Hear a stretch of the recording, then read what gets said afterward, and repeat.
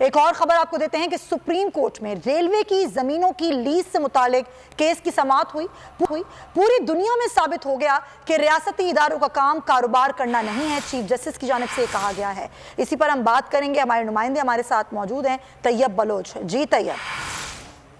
जी, supreme court में Pakistan railway की जमीनों से मुतल्लिक केस की समाअत हुई और दौरान समाअत चीफ जस्टिस ने रिमार्क देते हुए कहा कि रियासत का काम कारोबार करना नहीं। पाकिस्तान समेत पूरी दुनिया में साबित हो गया कि रियासती इदारों का काम कारोबार करना नहीं होता। स्टील मिल्स, PIA और दीगर इदारों में कारोबार का नतीजा सबने देख लिया। रियासती इदारे इसलिए खसारे में है कि उन पर हद से ज्यादा बोझ डाल दिया गया है।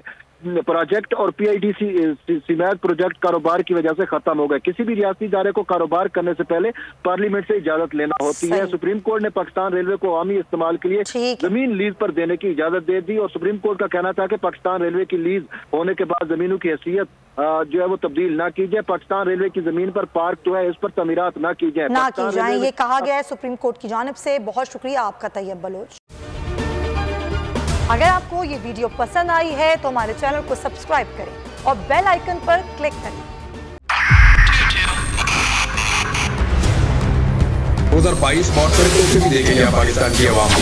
पाकिस्तान की आवाम को एक तोहफा ये दिया कि आवाम को पता चल गया कि पाकिस्तान का मीडिया क्या है। साल 2022 में सबसे ज्यादा देखे जाने वाला चैनल बोल न्यूज रहा नंबर 1। हमने बहुत सारे शोज और ट्रांसमिशंस की। पूरा साल मुसलसल जदोजहद में निकल गया कि ये वोट ऑफ कॉन्फिडेंस के पीछे कौन लोग थे। तोड़े रेटिंग के सभी रिकॉर्ड। सोशल मीडिया पर भी सबसे ज्यादा तेजी से 2.4 बिलियन व्यूज का संगे मील अबूर किया।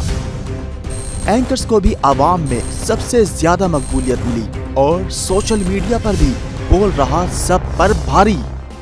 सब्सक्राइब करें और बेल दबाएं ताकि कोई खबर रह न जाए।